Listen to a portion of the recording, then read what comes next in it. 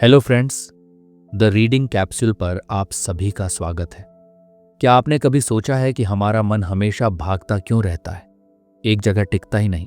कभी बीते कल की चिंता तो कभी आने वाले कल का डर। हम चैन से बैठते हैं तो भी अंदर एक बेचैनी बनी रहती है।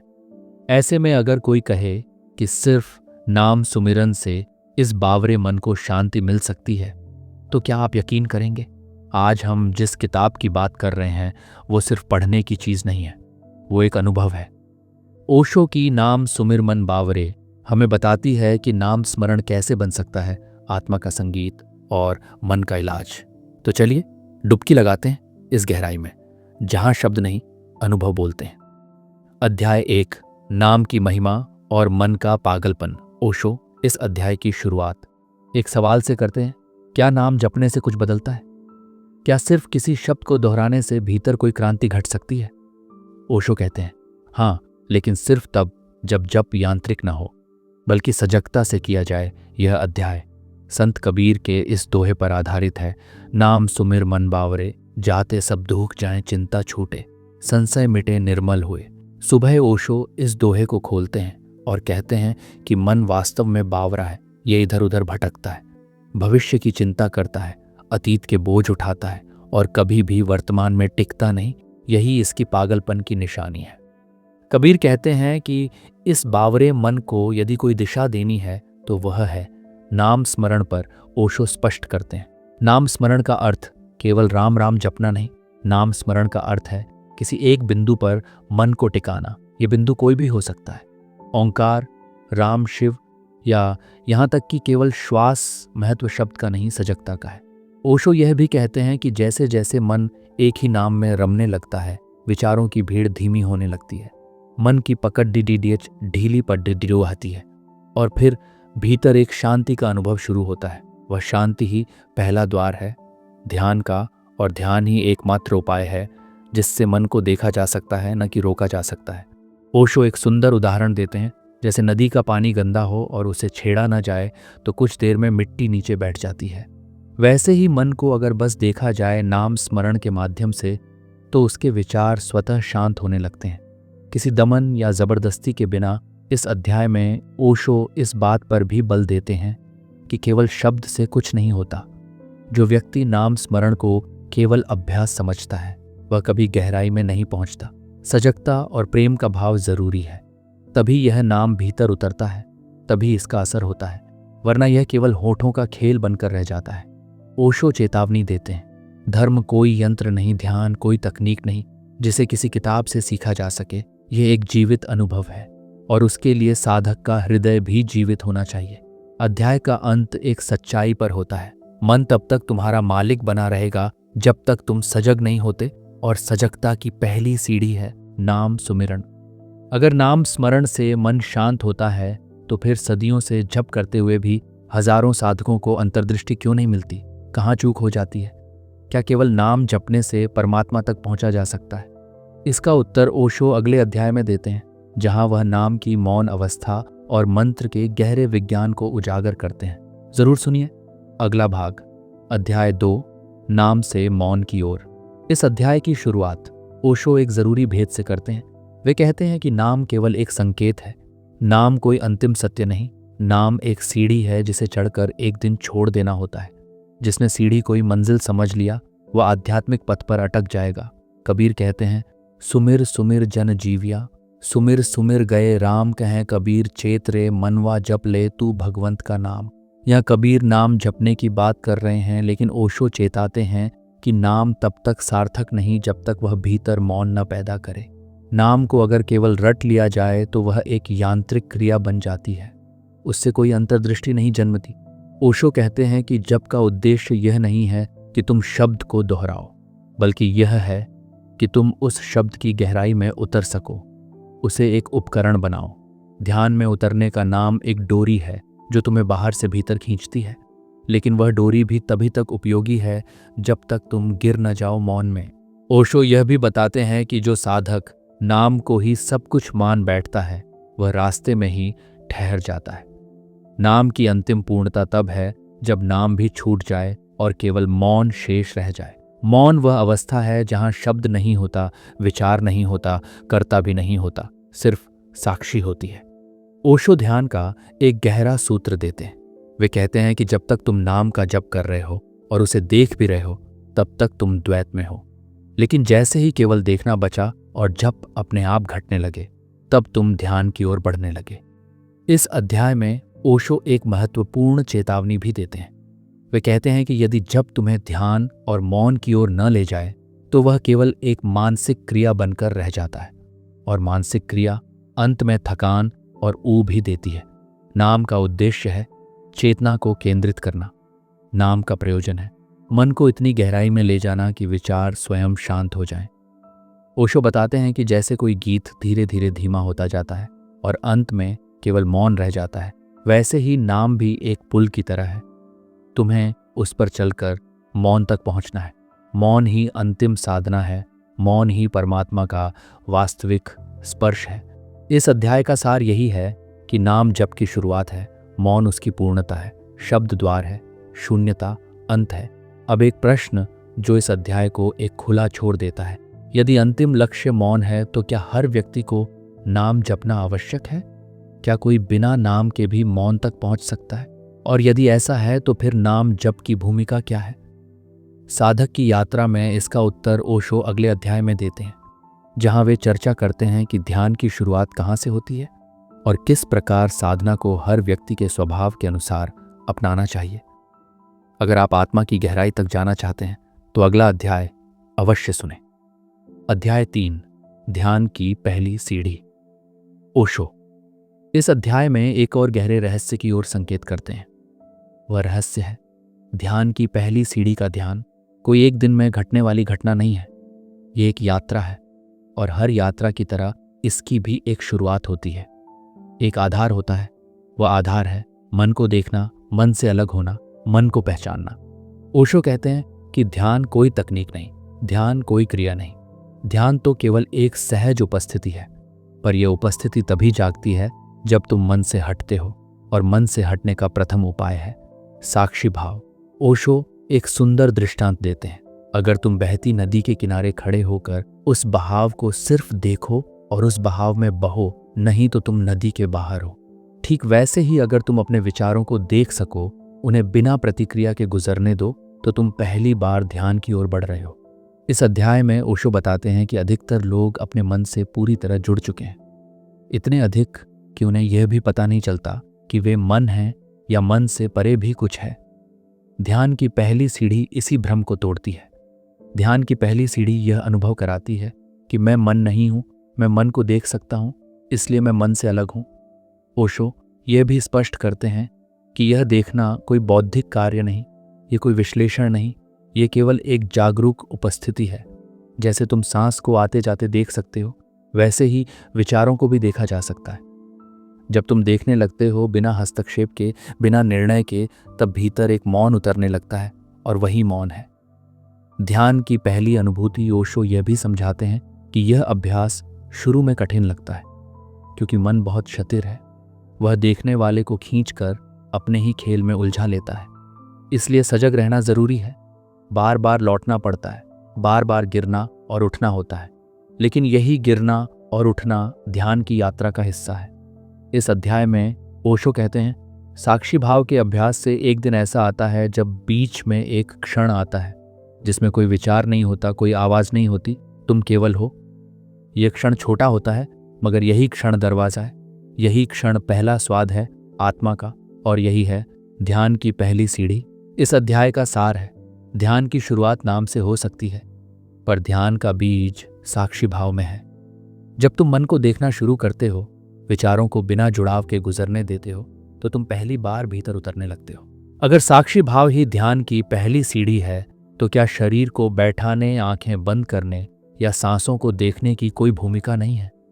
क्या ध्यान केवल भीतर का अनुभव है, या बाहरी तैयारी भी जरूरी है?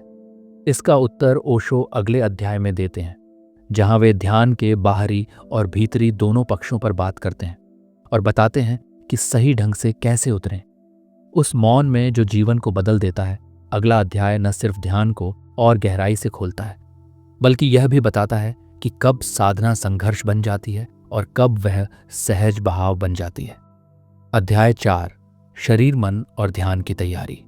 ओशो इस अध्याय में एक बेहद बुनियादी लेकिन अक्सर अनदेखी की जाने वाली सच्चाई पर ध्यान दिलाते हैं। ध्यान केवल एक मानसिक क्रिया नहीं है।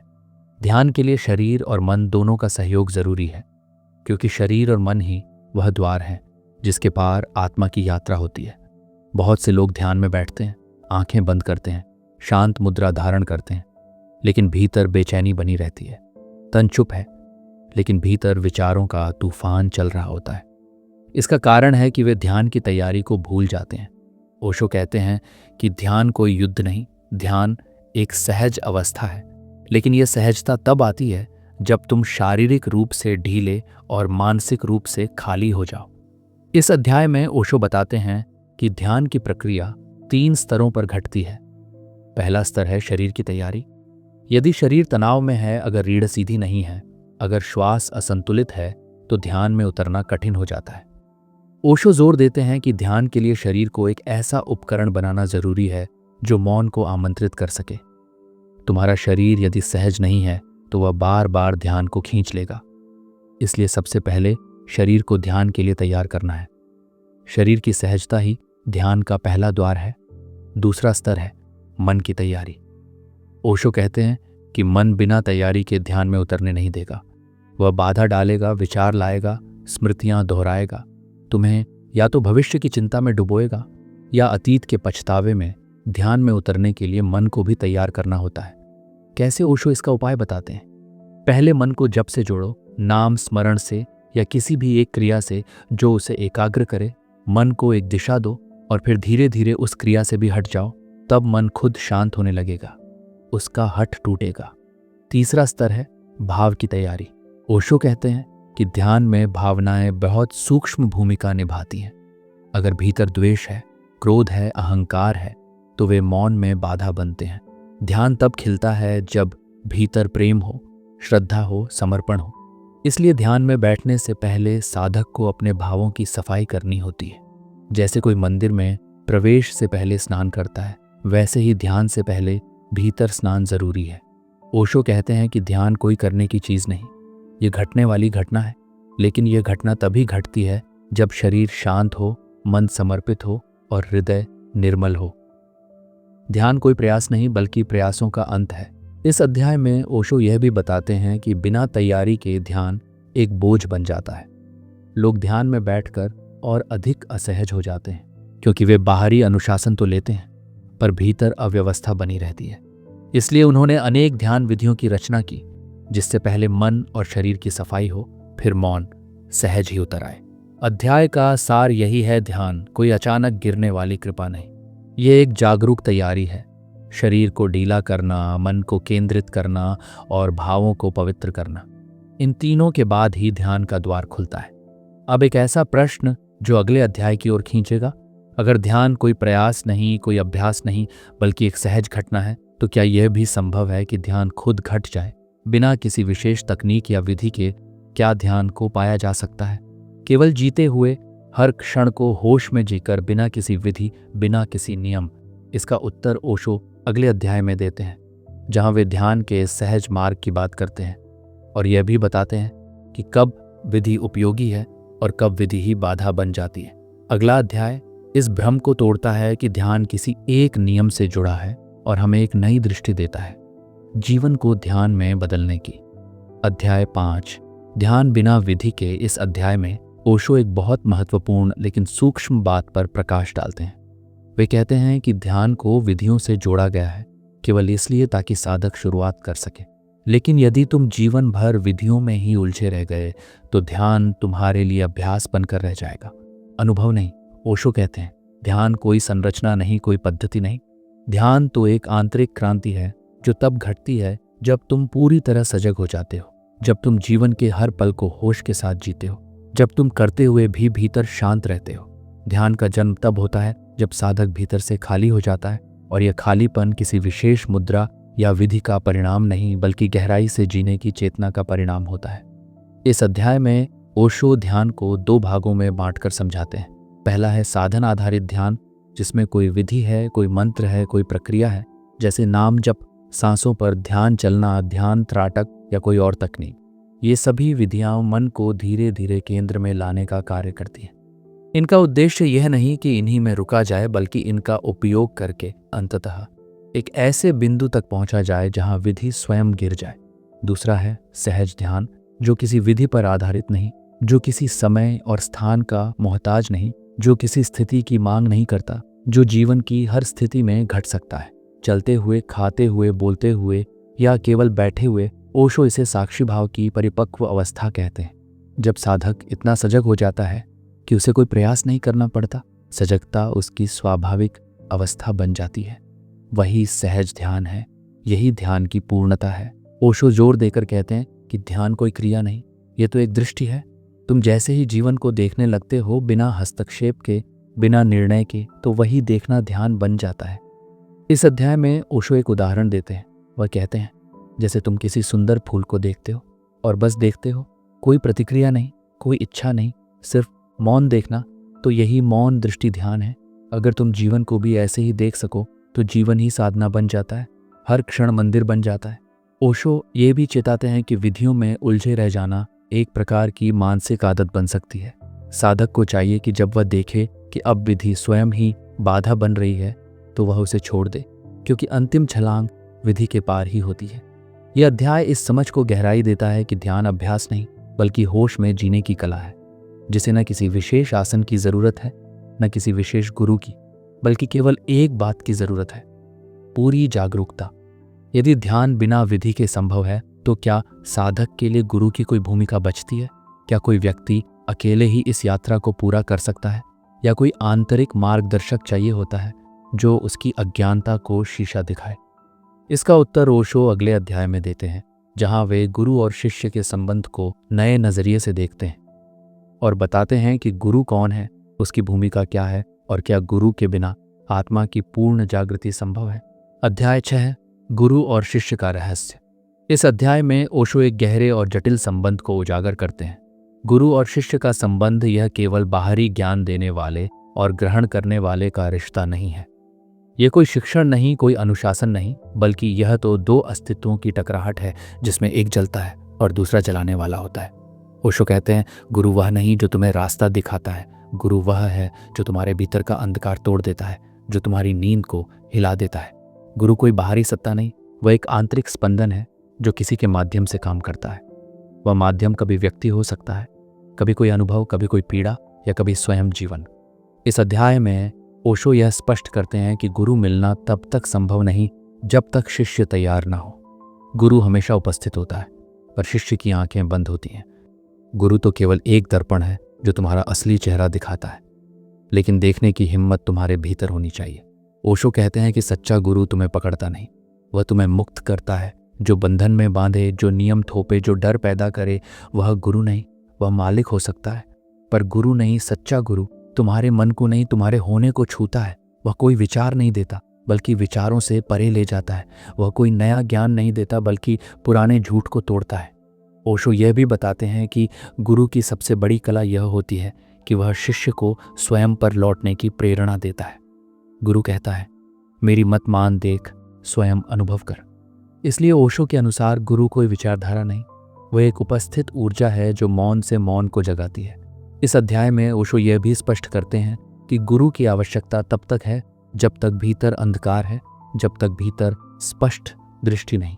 लेकिन जैसे जैसे तुम्हारा अंतर ज्ञान जागता है, गुरु बाहर से हटता है और भीतर उतर जाता है। अंततः शिष्य और गुरु एक हो जाते हैं। तब कोई दो नहीं रहता, केवल एक शुद्ध मौन उपस्थिति होती है। ओशो इस संबंध को प्रेम से भी ऊंचा बताते हैं, क्योंकि यह अहंकार का पूर्ण विसर्जन है। गुरु शिष्य से कुछ नहीं लेता, वह उसे केवल देता है, और ऐसा देकर वह शिष्य को उस अवस्था में पहुंचा देता है जहां शिष्य किसी को कुछ देने योग्य हो जाए। इस अध्याय का सार यही है, गुरु कोई संस्था नहीं, कोई व्यक्ति नहीं। गुरु एक स्थिति है जो तुम्हें तुम्हारे मूल स्वरूप से मिलाती है। सच्चा गुरु तुम्हें शिष्य नहीं बनाता, तुम्हें स्वयं गुरु बना देता है। अगर गुरु बाहर भी है और भीतर भी, तो ये कैसे पहचाना जाए कि जो सामने खड़ा है वह सचमुच गुरु है या भ्रम?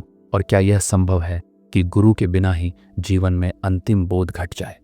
इसका उत्तर ओशो अगले अध्याय में देते हैं, जहां वे बात करते हैं स्वयं की खोज की और यह भी बताते हैं कि आत्मा की यात्रा में निर्णय और विवेक की भूमिका क्या है और कैसे साधक अपनी आंतरिक रोशनी पहचान सकता है। अध्याय 7, आत्मा की खोज और अंतःप्रेरणा का जागरण। इस अध्याय में ओशो आत्मा की खोज की सबसे मौलिक और व्यक्तिगत यात्रा पर प्रकाश डालते हैं। अब तक उन्होंने ध्यान की विधियाओं, गुरु का महत्व और साक्षी भाव की भूमिका बताई, पर अब वह साधक को उसके सबसे निकट लाते हैं।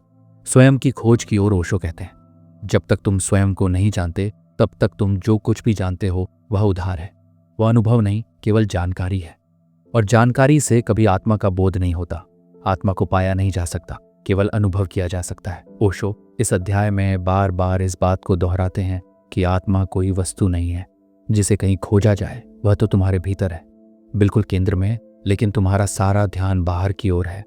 तुम दूसरों की आंखों से अपने को देख रहे हो। तुमने अपना चेहरा आईने में देखा है, मगर जो तुम्हारा असली चेहरा है, जो बिना आईने के है, उससे तुम्हारी कोई भेंट नहीं हुई। ओशो कहते हैं, आत्मा की खोज कोई बाहर की खोज नहीं, ये एक अंतर्मुखी दृष्टि की आवश्यकता है। तुम्हें बाहर से मुड़कर भीतर उतरना होगा, और यही उतरना ध्यान है, यही उतरना खोज है। इस अध्याय में वे एक खास शब्द का प्रयोग करते हैं, अंतःप्रेरणा। ओशो कहते हैं, हर साधक के भीतर एक आंतरिक दिशा संकेतक होता है, एक अंतःप्रेरणा जिसे वह जीवन भर अनदेखा करता है क्योंकि वह बाहर की आवाज़ों में उलझा होता है। पर जब वह मौन होता है, एकदम शांत, तो भीतर से कोई बोलता है। वही अंतःप्रेरणा है जो आत्मा की भाषा में बात करती है। ओशो समझाते हैं कि यही अंतःप्रेरणा तुम्हें बताती है कि कौन सा मार्ग तुम्हारे लिए सही है, कौन सा गुरु तुम्हारे लिए ठीक है, कौन सी विधि तुम्हारे स्वभाव के अनुकूल है। और सबसे जरूरी, वह अंतःप्रेरणा तुम्हें चेतावनी भी देती है जब तुम भटकते हो, लेकिन उसे सुनने के लिए भीतर मौन चाहिए, ध्यान चाहिए, सजगता चाहिए। इस अध्याय में ओशो आत्मा की खोज को एक अलौकिक साहसिक यात्रा की तरह देखते हैं, जिसमें बाहर कुछ नहीं मिलता लेकिन भीतर सब मिल जाता है। साधक को चाहिए कि वह हर उस बात को छोड़ना शुरू करे जो उधार है, जो दूसरों से ली हुई है, क्योंकि जब तक बोरोड नॉलेज है तब तक बोरोड आइडेंटिटी है, और जब तक उधार की पहचान है तब तक आत्मा का प्रकाश नहीं फूटता। ओशो इस बात पर भी जोर देते हैं कि आत्मा की खोज का कोई निश्चित नक्शा नहीं होता। हर साधक की यात्रा अनोखी होती है। हर कोई अपनी गहराई से, अपनी दिशा से, अपनी अंतःप्रेरणा से चलता है, और यही ध्यान का सौंदर्य है कि कोई किसी का अनुकरण नहीं करता, सब अपने मौलिक स्वरूप में लौटते हैं। इस अध्याय का सार यही है, आत्मा तुम्हारे बाहर नहीं, किसी ग्रंथ में नहीं, किसी गुरु के शब्दों में नहीं, वह तुम्हारे मौन में है, तुम्हारी सजगता में है, तुम्हारे अंतरतम में है। उसे खोजने के लिए किसी दिशा में नहीं, बल्कि दिशाहीन होकर भीतर उतरना होता है। आज की इस गहराई भरी यात्रा में हमने ओशो की पुस्तक नाम सुमिर मन बावरे के माध्यम से ध्यान की प्रकृति, गुरु और शिष्य के वास्तविक संबंध और आत्मा की खोज की मौलिक दिशा को समझने का प्रयास किया। ओशो हमें बार बार यह याद दिलाते हैं कि जीवन कोई संघर्ष नहीं, ये एक आंतरिक समझ की यात्रा है। ध्यान कोई अभ्यास नहीं, ये होश में जीने की सहज कला है। गुरु कोई व्यक्ति नहीं, बल्कि तुम्हारे भीतर की चेतना को जागृत करने वाला एक अवसर है। और आत्मा, वह तो हमेशा तुम्हारे साथ है, लेकिन तुम उसे तभी अनुभव कर सकते हो जब तुम स्वयं से मिलने को तैयार हो जाओ। ये वीडियो केवल ज्ञान देने के लिए नहीं, बल्कि आपको आपके ही भीतर झांकने का एक निमंत्रण है, क्योंकि जब तक तुम स्वयं को नहीं जानते तब तक जीवन का हर उत्तर अधूरा रहता है। अगर इस वीडियो ने आपको भीतर से छुआ हो, यदि इन विचारों ने आपके सोचने के ढंग को कुछ पल के लिए भी मोड़ा हो, तो इसे जरूर साझा कीजिए उनके साथ जो आत्मा की खोज में हैं, जो अपने मौन से मिलना चाहते हैं, और नीचे कमेंट में जरूर बताइए। इस पूरी यात्रा में आपके भीतर सबसे गहरा सवाल कौन सा उठा, और क्या आपने कभी अपने भीतर उस मौन स्वर को सुना है जो हर उत्तर से पहले बोलता है? यात्रा यहीं खत्म नहीं होती, ये तो बस एक शुरुआत है अपने भीतर लौटने की, अपने सत्य को जानने की, और उस ध्यान को जीने की जो बिना किसी विधि के तुम्हारे साथ चल सकता है, हर क्षण, हर सांस में, हर जागते पल में। धन्यवाद।